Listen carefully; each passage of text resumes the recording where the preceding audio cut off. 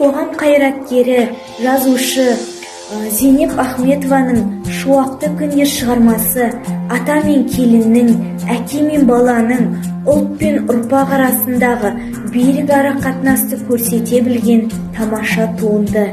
Бұл кітапта аты аңызға айналған қазақтың қайсары да батыр ұлы Бауыржан Момышұлының қайталанбас кісілік қасиеттері мен бекзат болмысы, ұрпақ сабақтастығы мен тәрбие тұнығы, бір арнаға тоғысқан отбасының игі дәстүрлері, тағы да сол сияқты жөн-жоралғыларды суреттеп көрсете білген жалғыз ұлының жұбайы келіні Зейнеп Ахметованың естеліктері дәріптеледі.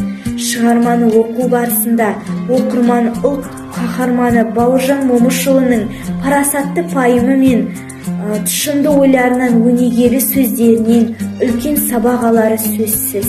Өмір шындығы шығарманың басты құбылысы болып белгіленген.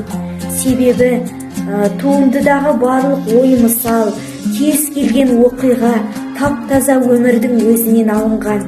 Шуақты күндер өзге шығармалардағы ерлік рухтың бастау бұлағы. Онда кейінгі батыр болар ұланның бойына қайсарлық пен батылдық, мейірімділік пен ізгілік, адамгершілік қасиеттерді сіңіре білген, қажет жерінде қайыспас қатал, керек жерінде жаны жұмсақ ата Бауыржан Момышұлы бейнесі мөлдіреп тұрады. Бауыржан Момышұлының батыр тұлғасы емес, отбасындағы әке, ата рөліндегі тұлғасы айқын көрініс табады. Зейнеп Ахметованың келіндік өмірін, толығырақ өз өмірін қағаз бетіне түсіре келе қазақ қыздарына дәстүрлі бағыт-бағдар береді. Бауыржан Момышұлы өзіне өзі бағынбайтын, табиғатынан тәкаппар жаратылған өзгеше жан. Бұл Зейнеп Ахметованың Бауыржан Момышұлына берген мінездемесі.